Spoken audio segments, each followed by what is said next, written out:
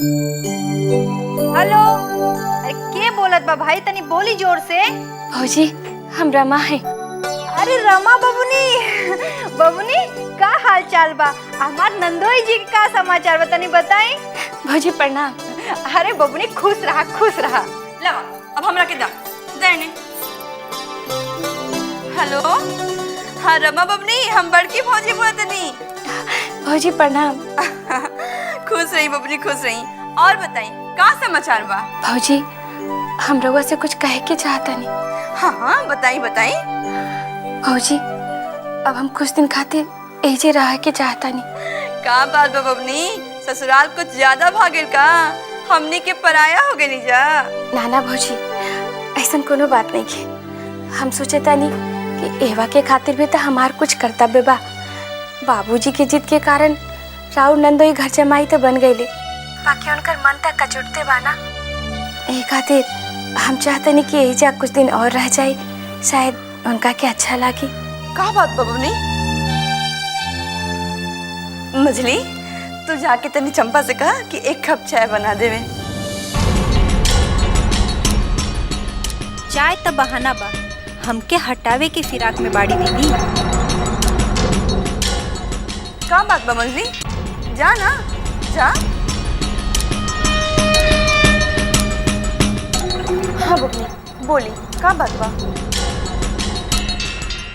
सब ठीक बा ना? ससुराल के लोग कुछ कहला सका? नाना भौजी एजा हमरा के केहू कुछो ना कहेलन, सब लोग बहुत अच्छा बाड़न। यही से ते सोचे तानी कि कुछ दिन एजा रह जाए। सुलोचना दीदी कहत रहनी कि मजला भाई आबे वाला बाड़न, उनका के रोक ली। माई से हम ना कह पाए। रवा सच सच बताई, का बात बा? हमरा के तो बहुत डर लग रहल बा। अगर ऐसा वैसन बात उ लोग कर रहल बारन तो रवा हमरा से बताई, हम बाबूजी से कहम रवा के ले आई है जा। नाना भौजी ऐसा कबो रउआ मत करे। रमा बबनी रवा जरूर हमरा से कुछ छुपा रहल बानी। सच सच बताई, कहीं विजय बुआ की तरफ से? नाना भौजी वो तो बहुत समझदार बाड़ा, हमरा के बहुत प्यार करेलन। उनके सम्मान खातिर तो हम सब कह रहल बानी। भौजी हम अभी आवे के ना चाहता नहीं। जौन दिन राव नंदोई कहियन वो दिन हम खुदे फोन कर दे। हम अच्छा तो ये आइडिया उनकरे बा ना? ठीक बा बबनी, हम माजी से कह दे कि वो देवर जी के तनी लेट भेजी है। बाकी रवा अपन ख्याल रखब। अच्छा भौजी प्रणाम। खुश रही, खूब खुश रही।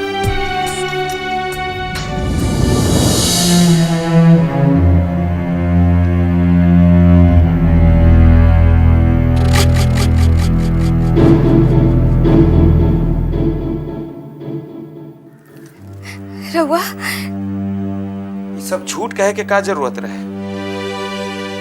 सच सच बता देवे के चाहत रहे कि हम और हमनी के परिवार के लोग तरह के यहाँ बहुत परेशान करके रख ले बनी। खैर छोड़ा ये सब बात। एक बात बतावा, ये विक्रमगंज जाए से तू काहे मना कर रहलू हो? काहे रउआ के अच्छा ना लग रहल बा का? हम नहीं चाहत कि हमार पति घर जमाई बन के रहे। बाकी यह तो शर्त रहे ठाकुर साहब के, मतलब तार बाबूजी के। शरत तो बहुत कुछ रहे, बाकी मान के रहल बा। मतलब ये कि उनकर बेटी के प्यार मिले, सम्मान मिले, कब तकलीफ ना हो। खास करके ओकर पति से वो कबो रोवस ना। बाकी इतना तकलीफ बा जा तो रुके के काहे चाहता रू? हम नहीं चाहत कि राउरी बेरुखी हमार घर वालन के पता चले। बाकी हम तो वादा कैले बानी तहर बाबूजी से, ऊपर से विक्रमगंज में हमार फैक्ट्री के खातिर जमीनों खरीदा गई।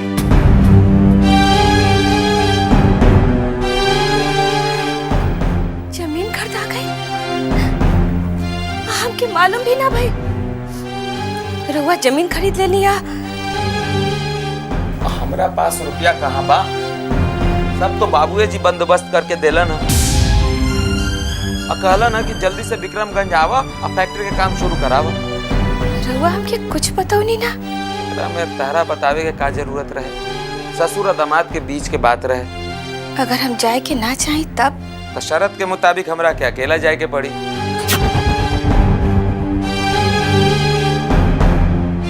जेकरा खातिर वो जाए चाहता नहीं, वो अगर एवा मिल जाए तब? मतलब रुपया। रमा जी, हम बहुत देर से राउर बकवास सुन रहल बानी, अब तनी चुप हो जाना तो।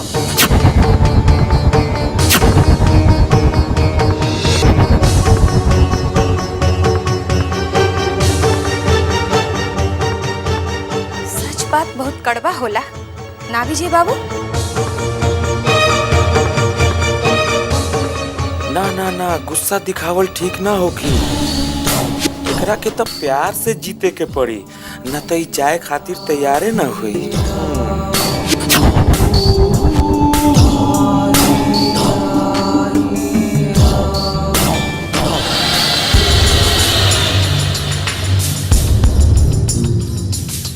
लगा था कि तू हमरा से बहुत ज्यादा ही नाराज हो गई बारू। छोड़ी। काहे छोड़ी?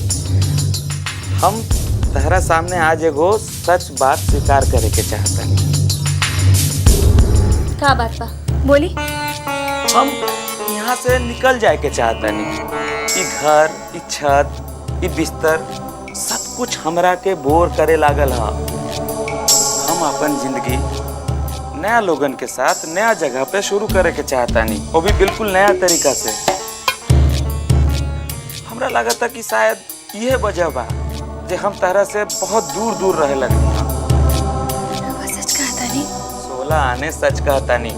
बचपने से हम बहुत जल्दी बोर हो जाता नहीं। कोई बात ना, हम विक्रमगंज चला और हुआ संगे नया जिंदगी शुरू कर।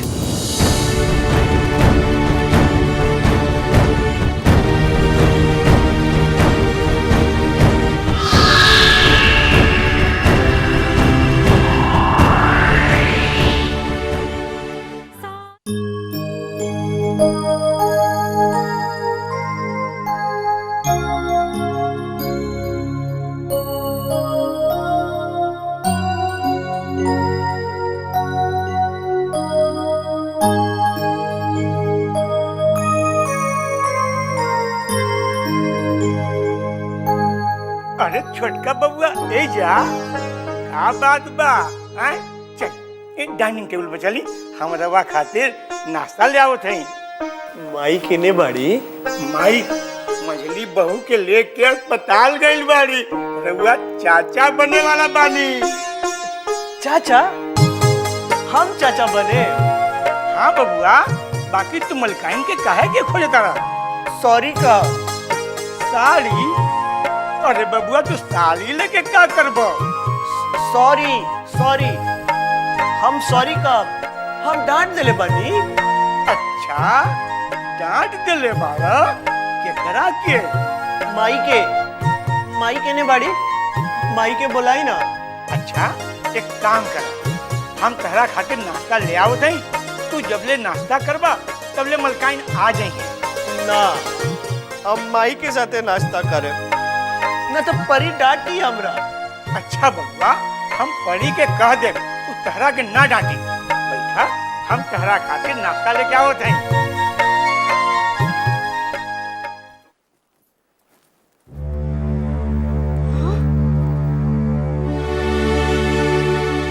पगला इवा का करता? गिरधारी काका, गिरधारी काका, चंपा, अरे कहने वाले लोग, चंपा, जाके तभी जाके बुला के ले आवा। इवा का करता? माई केने बाड़ी? तू ना पास मत आवा, ना तो अच्छा ना। माई केने बाड़ी?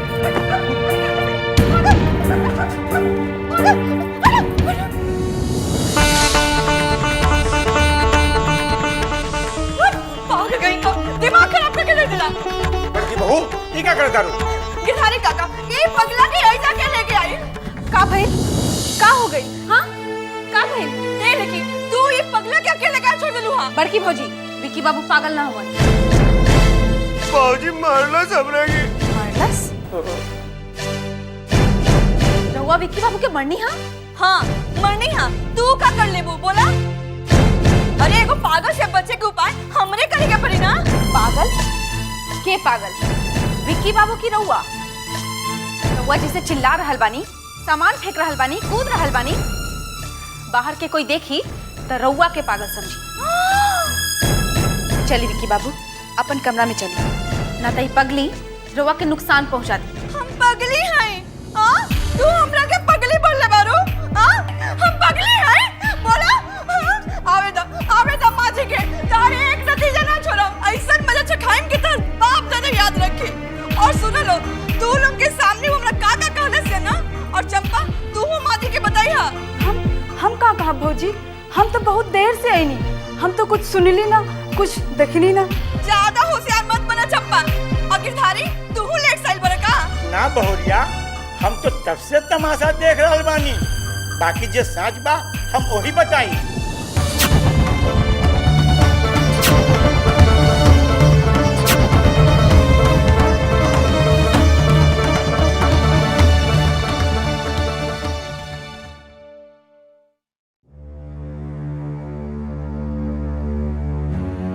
का बात बा दुल्हन, चले में दिक्कत हो रहल बा का?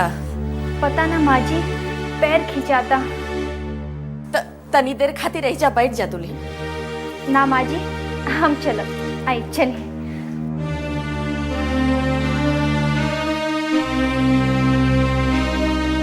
का बात बा माँ जी? पूछो ना, लागत था कि लड़की के कहीं देखले बानी। कौन लड़की माँ जी? है जो सिस्टर रही। आई माँ जी, चलिए। तू चला ना दुल्हन, हम आवता नहीं। अच्छा ठीक है।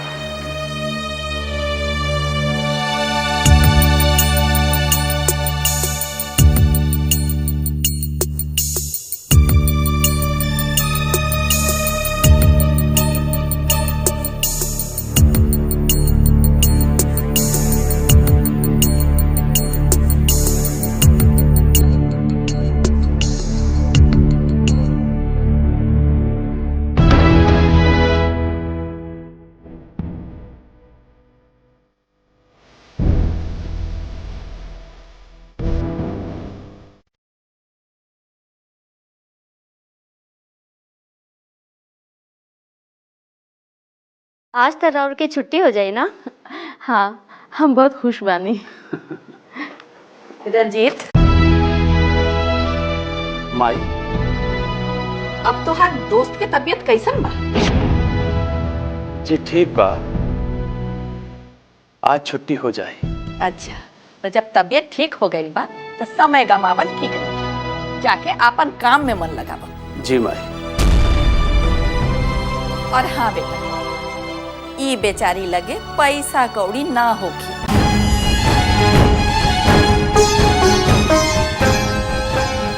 यही से अस्पताल के जितना भी बिल बा उ भर दी। काहे से कि ऐसन लड़कियन पैसा वाला के पकड़े ली ताकि ओकर सारा जरूरत पूरा हो सके। रउआ का कहे चाहता नहीं? रंजीत, तू जाना था कि हम ऐरा गैरा लोग से बात ना करी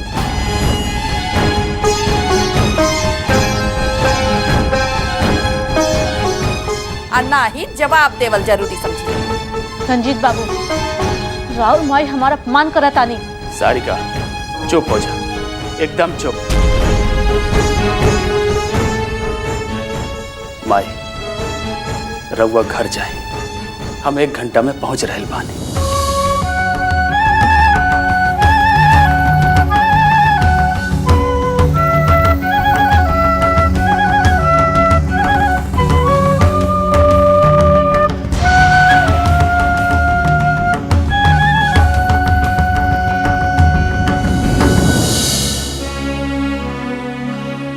रंजीत बाबू, आई हमरा संगे। जी सिस्टर।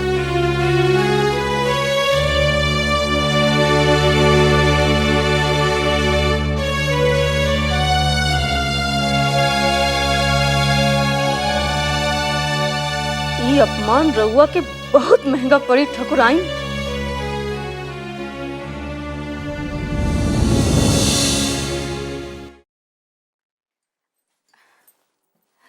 का बात बा? इतना चुप काहे बैठल बनी? अब माई के सॉरी का। हाँ हाँ जरूर कहब, पहले माजी के लौटे ता दी। बाकी हम ना जाम नीचे, तू माई के बुला के ले आवा, ना तो भौजी मारी। ना ना भौजी ना मारी। काहे मरियन? आऊ जे करेली वो तो मजाक करेली, जैसे हमनी के वो दिन तकिया से खेलत रही ना, ऐसे ही। देखी ऐसे ऐसे। अरे ये का हो रहल बा? हमनी खेल रहल बानी। अच्छा ऐसन का? चली छत पर चली, ओइजा हमने फुटबॉल खेलब। याद बा बबुआ, हमने कितना फुटबॉल और क्रिकेट खेलत रही? हाँ क्रिकेट। हमार बैट केने बा? होई इन्ने उन्ने कहीं होई, खोजे पड़ी। हम क्रिकेट खेलब। हाँ बबुआ खेलिया। बोली काका, इतना मासूम लड़का ने इंसान के कहीं मारल जाला? का सोच के बड़की भौजी का के पागल कहली, मारेली? का बोली? खूब सुंदर चित्र बनाई, हम आके देखब। चित्र बनाए? गिरधारी काका के हम चित्र बनाए? हाँ हमार बुक केने बा? हम का जानी, रवा खुदे ढूंढी।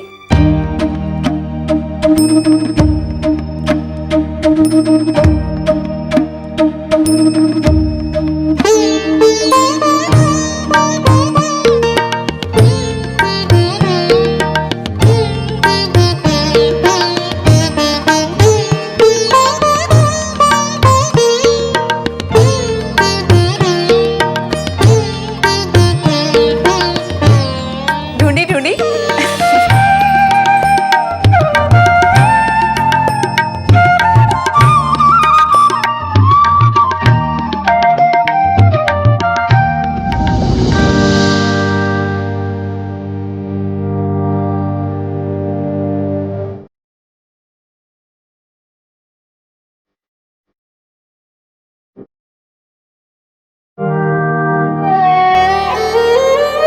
अरे बबुआ, अरे हमरा के दे दो।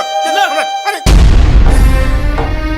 काका दी ना बबुआ, दी ना बबुआ, हमार फोटो दी। ना बबुआ, ना दे। काका दी ना दे सकती। फोटो दी हमरा का। ना दे सकती बबुआ। दी दी ना दी दी। का हो गई? हाँ का भइल? छोटकी बहुरिया के फोटो वो कैसे मिलल? वो कॉपी में।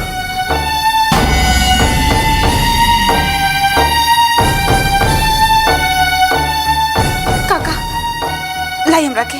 बेटी मलकार के मालूम है तो बड़ी नाराज हुई हैं। उनका कहना बा कि छोटकी बहुरिया के कोई फोटो घर में ना होके के चाहिए, बाकी पता ना ये कहाँ से आ गई। देखी काका, आखिर डर से तो निकल ही के पड़ी ना। हमू देखे के चाहता नहीं कि का परिवर्तन होला इनका में।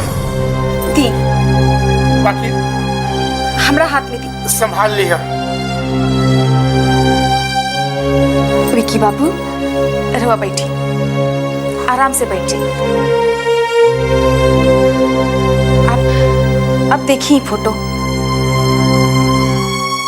आ सोची कि रउआ केकर चित्र बनौले बानी। हम बनोले बनी। हाँ आओ न तका देखी ता।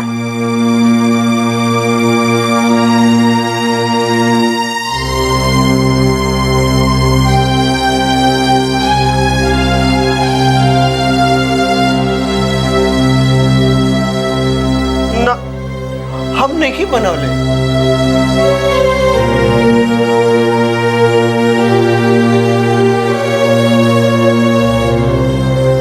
पहचानी ना, ई रउआ बनौले बानी। ना।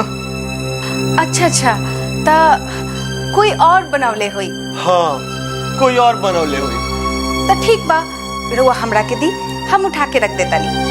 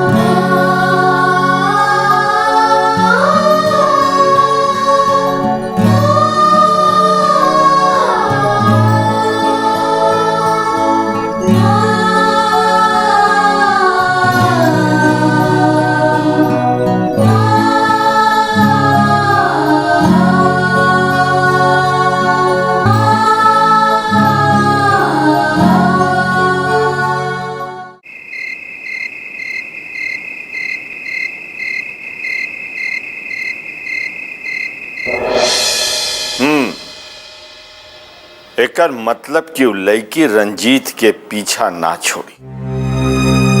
हम तो कहतानी जी कि कैसहू करके रंजीत के टीटागढ़ भेज दी, न तो डाइन हमार लड़का के जिंदगी बर्बाद कर दी। तरा और बेटा कोनो लड़का नहीं खे जगरा के मार के डरा के धमका के सुधार दिहल जाओ। अरे जब कोई आदमी खुदे गड्ढा में गिरल चाहता तो कोई का कर सकेला। हमके तो लागता वो लड़की ब्लैकमेल कर रहल बिया हमार रंजीत के। काहे से कि वो दिन सामान उमान बांधला के बाद जैसे ही फोन मिलल ई लड़का एकदम आंधी जैसन निकल गई घर से। ई लड़की कहीं कोई अंतर मंतर काला जादू तो ना कर देली हमार लड़का पे। ये सब बकवास बंद करी। हम इस जंतर मंतर काला जादू कुछ ना जानी। अरे जब अपने बेटा में दोष बा तो दूसरा के का करी। बाकी वो लड़की के भी तो सोचे के चाहिए। रंजीत हमार शादीशुदा बा, आज सुमित्रा होकर सहेली बाड़ी। औरतें औरत के सबसे बड़ दुश्मन होके। अब रंजीत के कुछ मत के, ओकरा ऊपर सारा जिम्मेदारी सौंप दी और देखी को का कल चाहता। अगर वो बंधन से मुक्त होकर चाहता तो एकर उपाय ओकरे खोजे के पड़ी। हाँ, हमरा तो कुछ समझ में नहीं खे आवत। माँ जी, हाँ बहू बोला। आवा। हमरा के रउआ से कुछ बात करे के रहे। हाँ हाँ बोला ना। आज रमा बबनी के फोन आयल रहे। कोई खास बात? हाँ, ना मने वो कहत रहली कि कुछ दिन और रहे के चाहत रही वहाँ। ऐसे मंजिला देवर जी के कुछ दिन के बाद भेजम। काहे? काल्हे तो समधी जी के तोहर बाबूजी से बात भइल रहे। वो खुद ही कहत रहलन कि दिन देख के बेटी के विदाई करा के ले जाई। तो आज फिर अचानक का हो गई?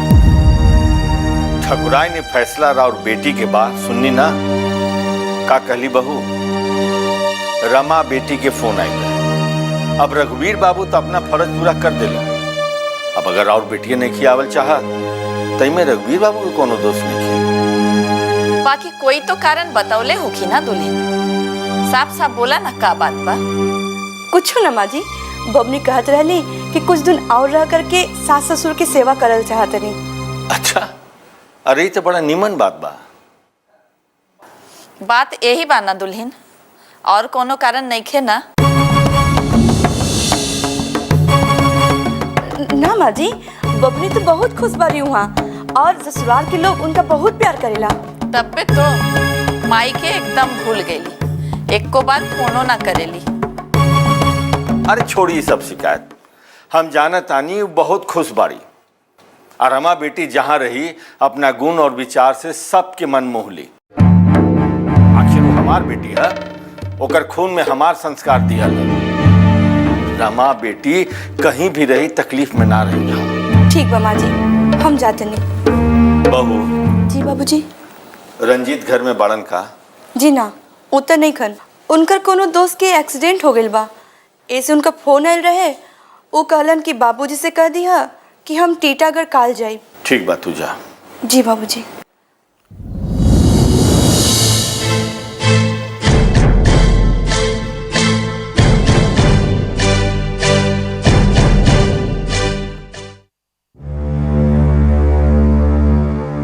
का हो, बड़ा जल्दी सूत गइलू? ना जी, थक गइल बानी। अच्छा, सुना, वो हमार कपड़ा सब धुल के आ गइल बा ना? हाँ, सब धुल के आ गइल। बाकी कहाँ जाए की तैयारी हो रहल बा जी? अरे वो बाबूजी कहले बड़न रमा के ससुराल जाके और वहाँ से रमा के विदाई करा के ले आवे के। बाकी रमा बबनी तो आवे खातिर तैयार नहीं थी। ई का कहता? ई के कहलस तोरा से? काल दीदी लगे रमा बबनी के फोन आयल रहे। वह कहत रहनी है कि नंदोई जी के घर जमाई बनल पसंद नहीं खे।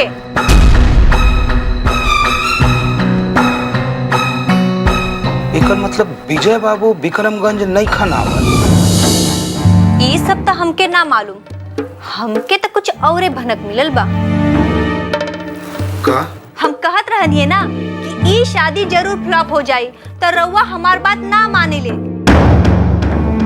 देख ली हम जे बात कहनी है वो सच निकली। अगर रमा वहीजा खुश ना रहती तो का वहीजा रहे के चाहती? अरे कमकल औरत, अपन बेसी दिमाग लगावल बंद कर। हमरा बाबूजी कहले बड़न रमा के घर जाए के, तो हम वहीजा जाए। बाकी रमा आवस चाहे मत आवस। बाकी हमके तो बुझाता कि विजय बाबू अपन लालच के दबा के ना रखिहन, वो यहाँ जरूर अहन। इतना बड़ा हवेली, धन दौलत और जमाई के खातिरदारी, ई मौका के छोड़े चाहेला। देखा राजी, ये सब बात अब पुरान हो गई बा। अब ये सोचे के पड़ी कि बाबूजी कौन कौन जिम्मेदारी विजय के सौंपी है। भैया जा रहा बन टीटागढ़ पेपर मिल देखे, और भैया के एक्सपोर्ट के कारोबार तो हमरा देखे के बा।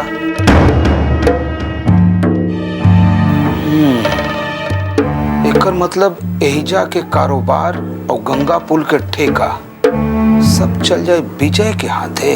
और देवर जी के नाम से जे जमीन खरीदा गई रहे वो तो बा। वो चल जाए कोनो दिन विजय बाबू के हाथे। और रउआ मुंह देखत रही और चूसत रही अंगूठा।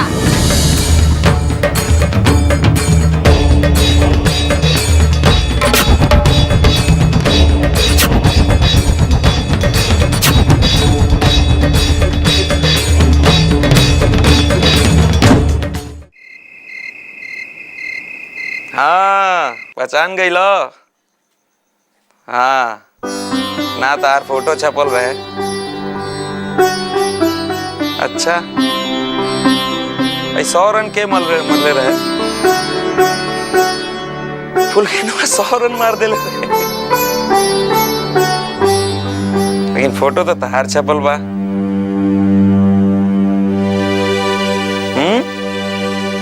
चल ठीक है बा। विजय, हाँ करता नहीं फोन। हाँ भैया, तुम्हार प्रॉब्लम का बा भाई? कौन प्रॉब्लम?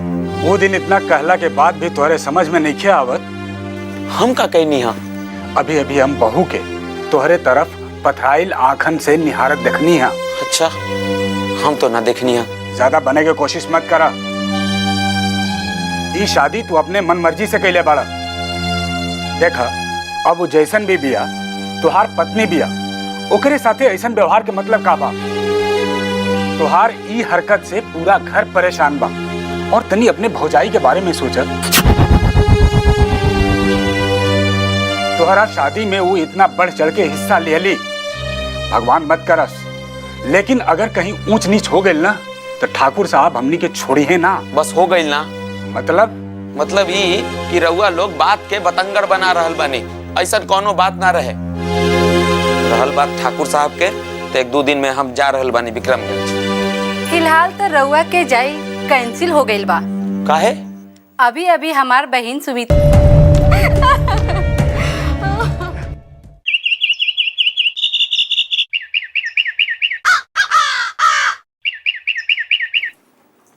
तनुजा दीदी, तनुजा दीदी, का बात बा? बोलो ना।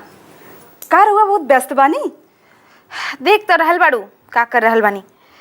बाप रे बाप, इतना बड़का बड़का नाखून, शेर जैसन। हाँ, शेर जैसन काटल जरूरी बा ना। हम बाकी रहुआ से केहू मिले आयल हई?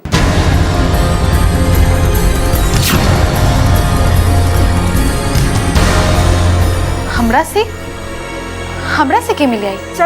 चली ना नीचे। माँ जी कहली है बैठका में बैठावे खातिर। भौजी लोग बाहर गई नहीं है ना, यही से। ठीक बा, तू चला, हम आओ तनी। ठीक।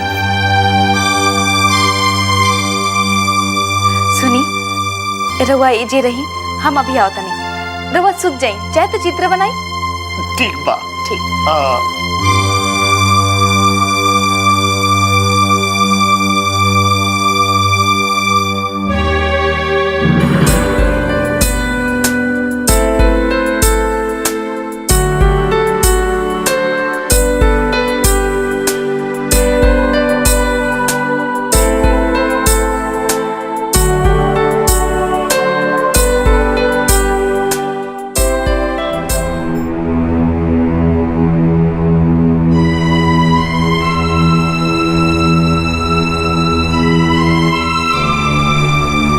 राज बाबू,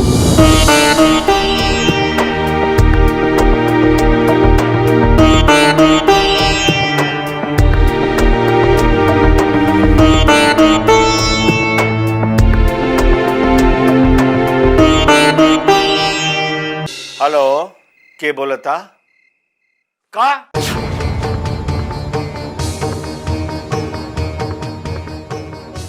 का भाई जी बताई ना। रंजीत के बुलावा। का है? अरे कहा था नहीं रंजीत के बुलावा तो बुलावा। अभी बुलावा तानी। हे साईनाथ, और कितना परीक्षा ले। अब हम थक गए बानी साईनाथ, थक गए बानी।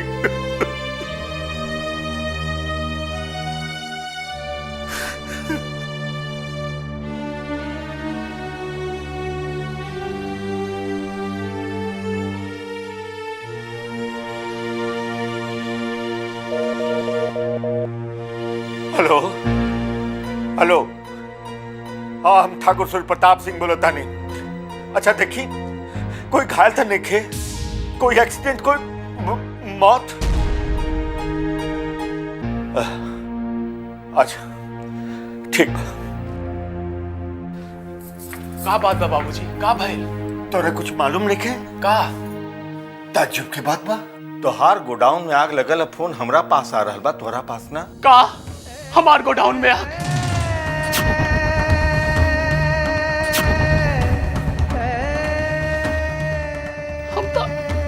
हम तो बर्बाद हो गए बाबूजी।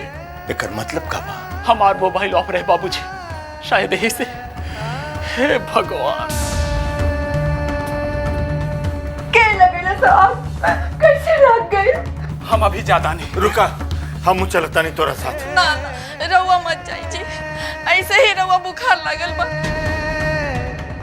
हम जे भइल से जाए दे, रउआ आराम करे। हाँ बाबूजी, रउआ आराम करिए। हे भगवान, ये तो शुक्र बाकी केहू के जान न गई। रंजीत, ओकर बीमा करावल रहे कि ना? जी बाबूजी, लेकिन उस सप्ताह बाद के बाद बा, हम अभी जाता नहीं। के हो सकेला? के हो सकेला?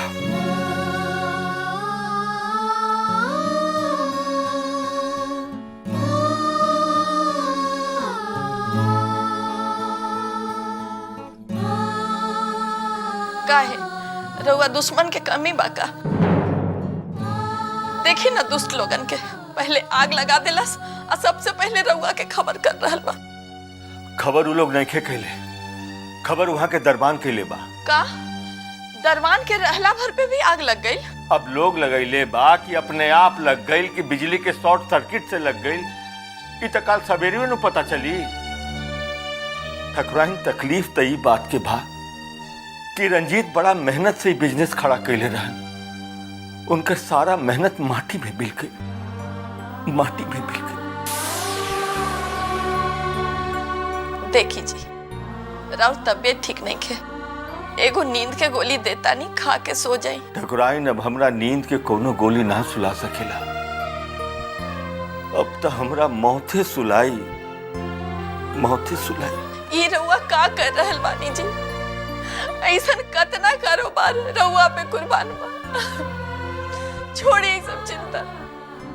हम सोच रहल बानी ठकुराइन कि जब जब हम परिवार के समेटे के कोशिश करेला, सब कुछ हमरा हाथ से बिखर जाला, सब कुछ हमरा हाथ से बिखर जाला।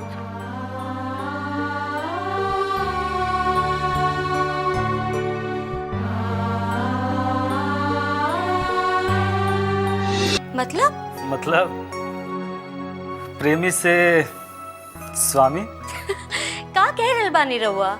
अरे काल सवेरे हम तनुजा से मिले खातिर विक्रमगंज गए रहनी। अच्छा, फिर का? पहले तो तनुजा आनाकानी करत रहली, शायद करज के लेके सोचत हो। बाकी ठकुराई ना करके हमार सारा प्रॉब्लम आसान कर देली। अच्छा, वो कैसे? अरे वो तो देवी बाड़ी, जैसन खूबसूरत उनकर देवी ऐसा चेहरा बा, उतने बड़का दिल बा। आ वो तनुजा के तो कहत रहली कि तू शादी करके घर बसा ले। और एक बात और जाने लो, शादी के सारा खर्च भी वही करे के चाहताड़ी। अच्छा,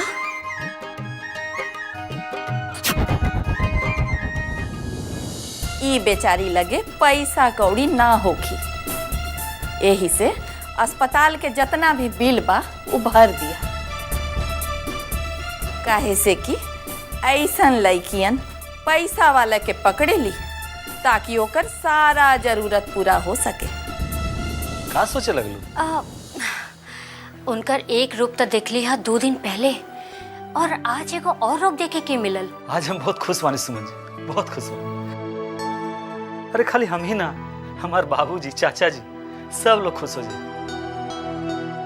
अरे रउआ तो तनुजा के दोस्त बानी, रउआ जानत हो कब कि ओकरा के का पसंद बा का ना पसंद बा।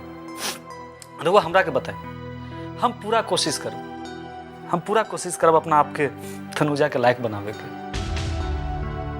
जे वो पसंद करी हम वही करें। रउआ बताई ना। राज बाबू, रवा दोनों जना बचपन के दोस्त बाने। रवा ना जाने ली कि वो का पसंद करेली और का ना।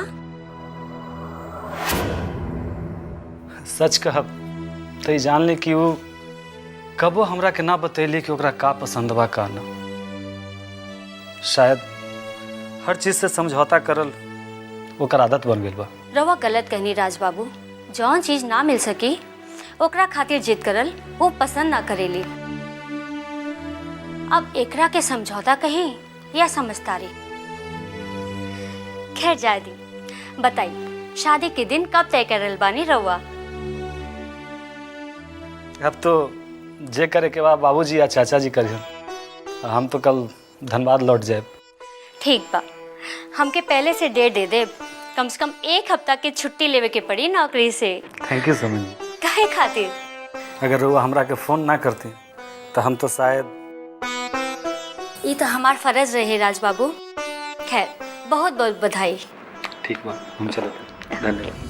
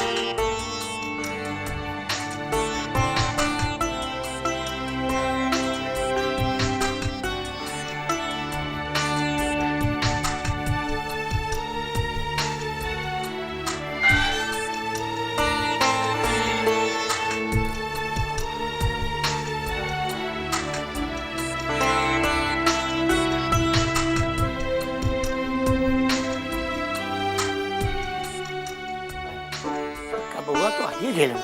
हाँ ले, ये नाश्ता करी लो, नाश्ता करी। ये क्या करते हैं छोटका बबुआ? बाबूजी के बा रउआ हमार नाश्ता ले आई। बबुआ आज मलिकार नाश्ता ना करिए। माई कहाँ बा? बड़का भैया, मझला भैया कहाँ बा? सबे के अपन अपन काम में लागल बा बबुआ। तू खा ला, कहा तो हम तहरा के खिया देते। ना, हम ना खाएं, हम परी लगे जाए। भूखले चल जाइबा तो परी हमरा के बहुत डांटी। तू जल्दी जल्दी ठीक हो जा बबुआ। बबुआ मलिकार के दुख हमरा से देखल नहीं के जात बबुआ, हमरा से देखल नहीं के जात। तो जल्दी से जल्दी नीमन हो जा बबुआ। तो हाँ नीमन होगल बहुत जरूरी बा बबुआ, बहुत जरूरी। भैया नाश्ता तो कर ली। ई का छोटका भैया बिना नाश्ता कर ले चल गए। माँ जी सुनी तो काका ई का ई रहुआ रो रहल बानी? हाँ बेटी, हमरा वो दिन याद आ रहल बा जब मलिकार छोटका बबुआ छीना झपटी करके गाजर के हलवा खात रहा। वो कितना सुहावन दिन रहे। अब ये बूढ़ आग वो देख पाई कि ना, ये पता ना। काहे ना काका, जरूर वो दिन लौटाई। अब चली जल्दी, तनुजा दीदी से बतावल जाई। चली। आँख जब से बालड़ल प्यार के रोग भइल, रउआ मिल गई नी हमें आज भी संजोग भइल। आँख जब से बालड़ल प्यार के रोग भइल, आँख जब से लड़ल प्यार के रोग भइल।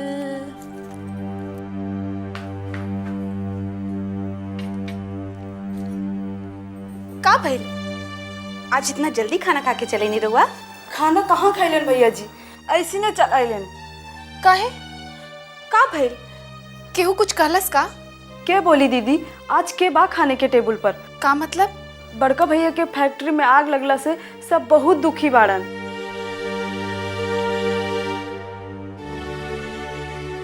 अब कोई बात ना, तू खाना ही चले आवा।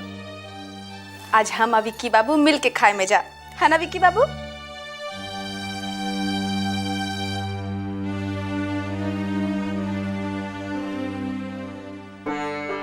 काहे उदास हो रहल बानी रउआ? आज बाबूजी के तबीयत खराब बा, ओही से वो खाना ना खइलन। कल फिर आ जइहन खाना के टेबल पर।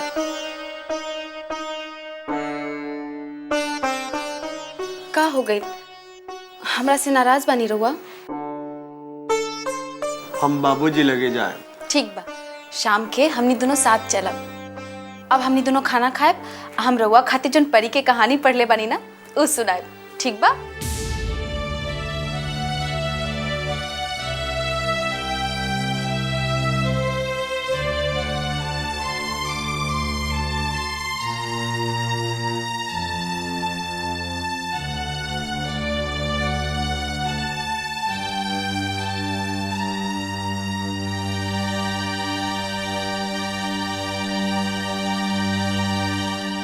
देखिए ठाकुर साहब, हर तरह से चेक करने के बाद पता चला है बिजली का कोई प्रॉब्लम नहीं है, क्योंकि मेन स्विच बंद था।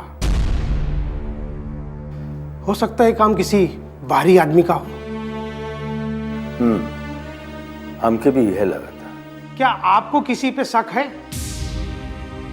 देखिए इंस्पेक्टर साहब, बाबूजी के एक दुश्मन बा, बच्चू पांडे। बच्चू पांडे? वो तो हजारीबाग के जेल में बंद है और अभी भी उसका केस चल रहा है। बाकी होकर कुछ आदमी बाहर बा, जे कुछ दिन पहले बाबूजी पर जानलेवा हमला भी कैले रही। बाकी आप लोगों ने तो किसी के नाम पे FIR दर्ज करवाया ही नहीं। अरे ना ना इंस्पेक्टर साहब, काहे से क्यों सब बचपना रहे, कोनो सीरियस बात ना रहे। ना ना, आपने ठीक नहीं किया। उस दिन आप उन लोगों को छोड़ दिया और आज कितनी बड़ी कीमत चुकानी पड़ी आप लोगों को। ठीक बा, देखिए अगर पकड़ा जाए तब पकड़ ली। अच्छा हम चलता नहीं। ठाकुर साहब जरा बैठिए।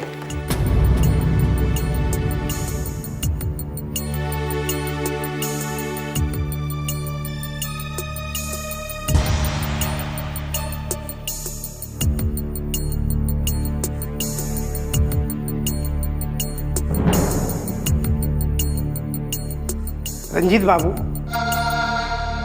आपके गोडाउन के बीमा था ना? जी हाँ। कितने का? यह है कोई 5 करोड़। सामान के साथ या खाली? मतलब? आपने अपना माल कब हटा लिया? इंस्पेक्टर साहब, साफ साफ बताएं बात का बात। आग लगने से पहले अपने गोडाउन में से सारा सामान रंजीत बाबू ने हटा लिया। और कितना परीक्षा ले, अब हम थक गए बारी, थक गए। कोई बात ना, तू खाना ही चले आवा। आज हम और विक्की बाबू मिल के खाए में जा, है ना विक्की बाबू? पहले तो तनुजा आना कानी करत रहली, शायद करज के लेके सोचत हो। बाकी ठकुराई ना करके हमार सारा प्रॉब्लम आसान कर देली। ये रउआ का कर रहल बानी जी? ऐसा कतना कारोबार रउआ पे कुर्बान बा।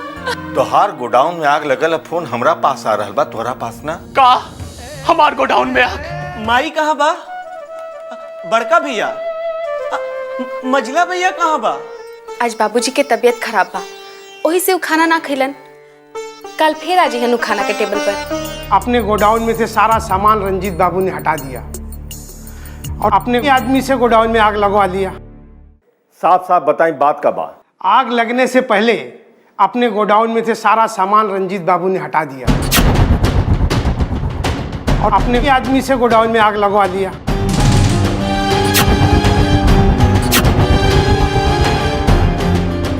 क्यों रंजीत बाबू, ऐसी संभावना हो सकती है कि नहीं?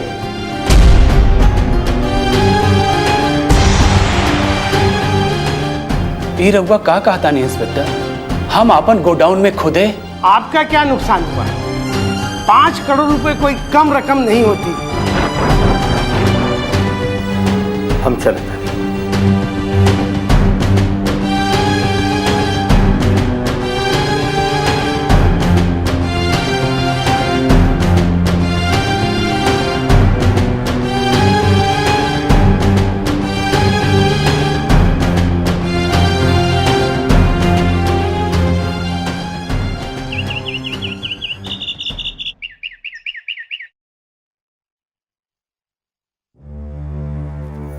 का बात बाजी, कुछ पता चलल? ये सब कैसे भइल? अरे हम खुदे परेशान बने, हम का बताई। बाकी तो हमके लागता ये केकरो बदमाशी बा, ना तो अचानक आग कैसे लग गई।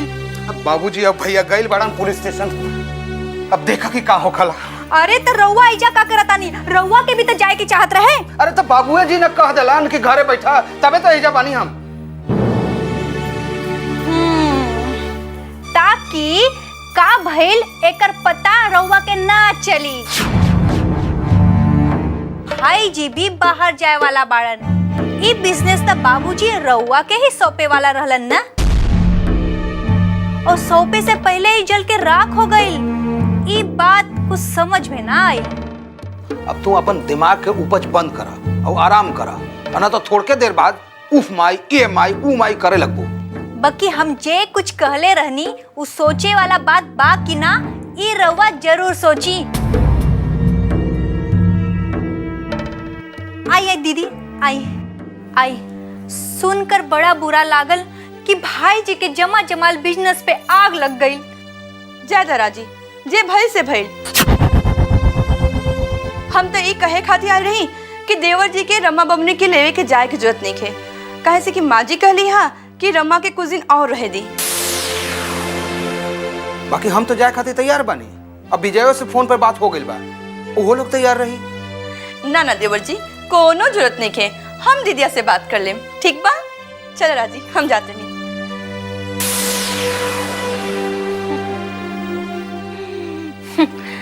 हम जब भी कुछ कहा तो रउआ इहे कहली कि हम बकवास कर रहल बानी।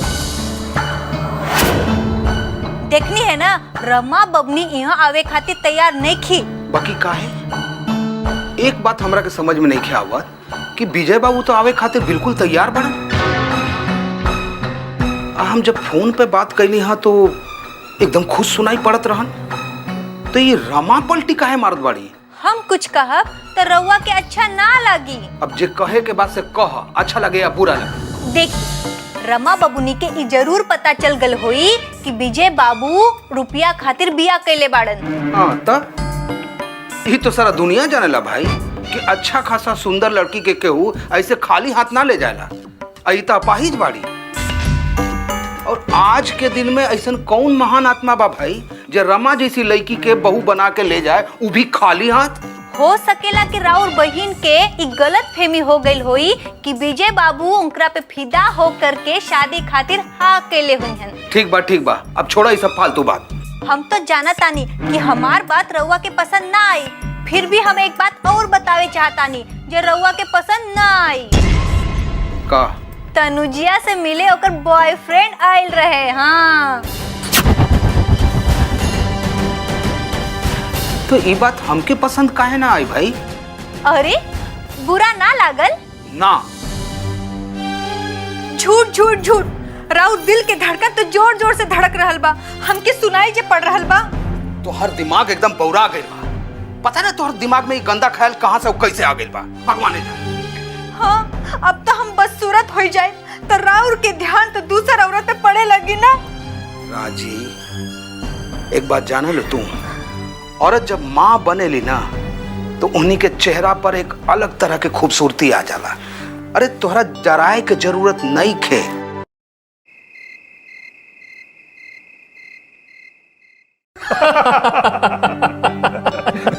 चली यार, अब राउर अकेला रहे के दिन खत्म हो गई। बेटा बहू के संगे जिंदगी के खूब मजा ली। का यार, हमार खुशी देख के जलन हो रहा बा का? ना यार, तहर खुशी देख के तो बहुत खुशी हो रहा बा। बाकी तहरा से हर चीज वो सांच बात कहो। अच्छा अच्छा अच्छा, एकर मतलब ई भइल कि आज तक जितना बात कहला सब झूठे रहल। झूठ ना कहिया, लेकिन एगो डर हमेशा मन में लागल रहत रहे कि कहीं तनुजा हमरा खातिर आई परिवार खातिर शादी से इनकार न कर देस। बाकी वो हमार लाज रख लेलस। पर हमरा के पूरा विश्वास रहे कि देर सवेरी सही पर तनुजा ही घर के लक्ष्मी बनी, और क्यों ना। अच्छा ठीक बा, लेकिन यहाँ बैठ के बात करके खुश होला से काम ना चली। पंडित जी के पास जाके दिन तारीख भी तय करावे के पड़ी। ली है खाई। बाकी एक गो बात भूल गई भैया, का पहले ठाकुर साहब के पास जाई और उनका इजाजत ली, तब ना ब्याह हुई। अरे ठकुराइन खुदे कह चुकल बनी राज या तनुजा के ब्याह खातिर। हाँ, राज भी कहत रहे ठकुराइन शादी के पूरा खर्चा देवे खातिर तैयार हो गए। बाकी ठाकुराइन से कहला से का हुई? ठाकुर साहब आई हैं, फिर तनु को उठा के ले जाइए। पहले ठाकुर साहब की इजाजत ले ली और उनकरा से पूछ ली कि तनु के सर से कर्जा के बोझ उतरल कि ना।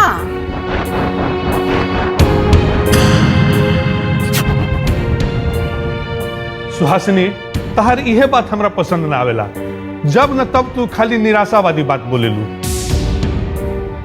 अरे ठाकुर और ठकुराइन कोनो अलग नहीं खन। अगर ठकुराइन कह चुकल बानी तो समझला कि पत्थर के लकीर बा। भैया, उमर हमार कम जरूर बा, बाकी हमऊ दुनिया कम ना देखनी।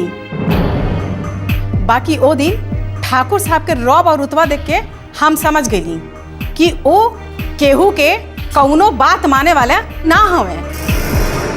हमके जौन कहे के रहे हम कह चुकल बाटी। अब रउआ लोगन के जौन मर्जी हो तौन करी। देखी, बबनी के बात के इतना हल्का में मत लेही। एक बार ठाकुर साहब से बात करके देखे में का हरज बा। हाँ हाँ, हरज का बा। ठाकुर साहब से हम एक बार मिलने हैं।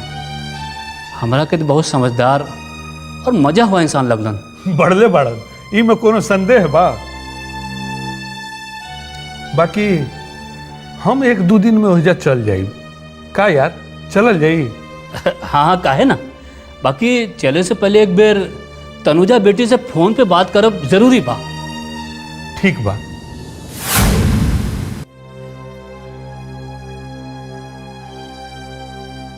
परी, परी, परी। भैया जी, रउआ यही जगह है आ गई नी। तनुजा कहाँ बड़ी? परी?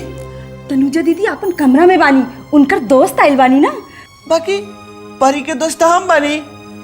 हम जाए भैया जी मत जाई, सुनी मत जाई ना, हम जाए। का बात बा चंपा? देखी ना मलकिनी, भैया जी तनुजा दीदी लगे जाए चाहता नहीं। तनुजा कहाँ बड़ी? तनुजा दीदी के दोस्त आइल बानी, यही से वो अपन कमरा में बानी। हम जाए तनुजा लगे। बाकी लल्ला, वो मुलाजिम के कमरा बा, वही जा तोहरा ना जाए के चाहिए ना। तनुजा हमारे ही, हम जाए। अच्छा ठीक बा, पहले चला अपन कमरा में, हम अभी तनुजा के बुला देता नहीं। हमके तनुजा चाहिए, हमके तनुजा चाहिए बस।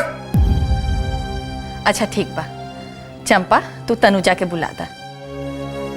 लल्ला, अब जा अपन कमरा में, तनुजा तुरंत आ जाई।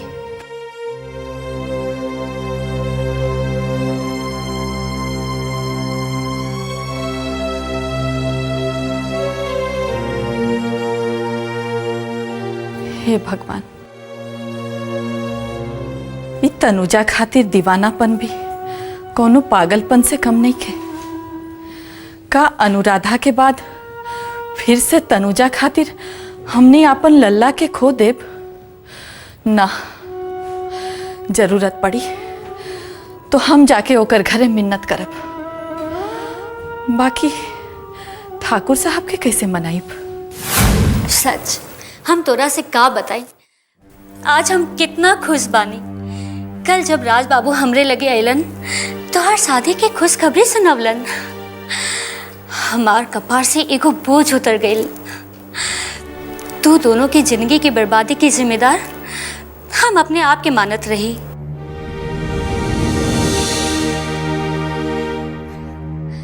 राज बाबू तो बहुत खुश पाड़न।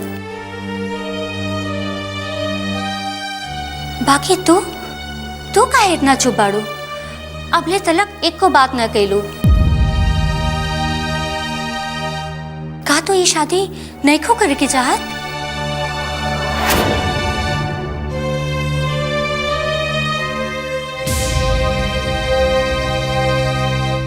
एको पति रहला पर सर बिया हो सकेला सुमन?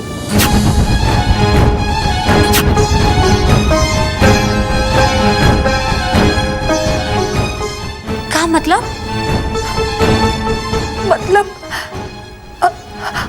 हमार बिया हो चुकल बा।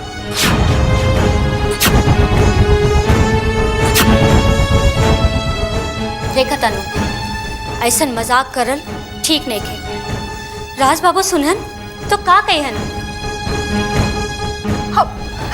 हम मजाक नहीं की करत सुमन। हमर बिया हो चुकल बा। का? कब? केकरा से? विक्रम बाबू से। कब? केकरा से? विक्रम बाबू से। का तो बौरा गल बाड़ू? एक पागल के साथ रहत रहत तू भी पगला गेलू। प्लीज सुमन, कम से कम तू तो ऐसा मत कहा। का? ये तो का कह रहल बाड़ू? एगो आदमी के साथ रहत रहत स्नेह हो सकेला, लगाव हो सकेला, बाकी एगो पागल के साथ रहेला के तो जीवन के बंधन मान रहल बाड़ू, ओकरा के अपन पति मान रहल बाड़ू। ना सुमन ना, हमार बिया सचमुच फैल रहे। ओ दिन शादी के लगन भी रहे। अग्नि के रूप में दिया, साक्षी के रूप में तुलसी माई भी रही। सात फेरा लीला के बाद विक्की बाबू सिंदूर से हमार मांग भर देलन।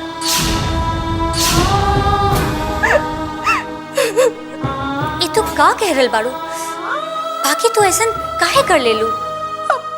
हम कुछ ना कहनी सुमन, हम कुछ ना कहनी। उतना जबरदस्ती। अब तू ही बतावा सुमन, में हम का कर सकत रही? अब एक ही रास्ता बा, तू एजा से भाग जा। जे भइल ओकरा के भूल जा।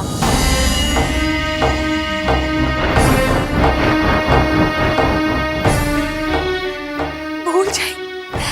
कैसे भूल जाई सुमन? एक बात बता दे रहल बानी तनुजा, तू ये शादी के इतना अहमियत दे रहल बाड़ू, ये तब तक रही जब तक विक्की बाबू अपन ही हालत में रहेन। जौन दिन उनकर यादाश्त लौट आई वो तोरा के ना पहचानी हन। मतलब? तनुजा, तुहार ब्याह विक्की बाबू से ना, एक ऐसा आदमी से भइल ह जिनकर सुध बुध ना बा, जिनकर जिंदगी एक कमरा और तोहरे भी सिमट कर रह गइल बा। बाकी जौन दिन उनकर आपन जिंदगी लौट आए वो जिंदगी में तोहरा खातिर कोनो वजूद ना रही। वो ये सब कुछ ऐसने भूल जाए जैसा कि उनका पिछला जिंदगी, उनका पहला पत्नी। का ये सब उनका याद बा? अब हम का करब सुमन? अब हम का करब? यही से तो कह रहल बानी, चुपचाप राज बाबू से शादी कर लो।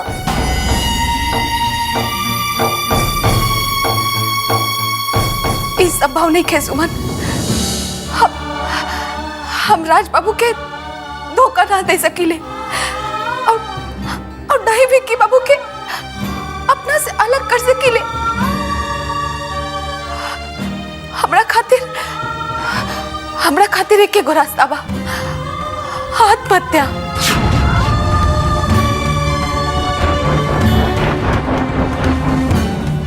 पागल मत बना, ई कोनो समाधान नहीं खे। तब का करी? तू ही बताओ अब का करी? एक ही उपाय बा।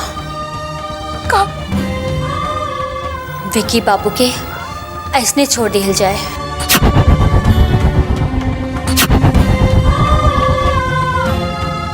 मतलब? उनका के दवाई दिहल बंद कर दो।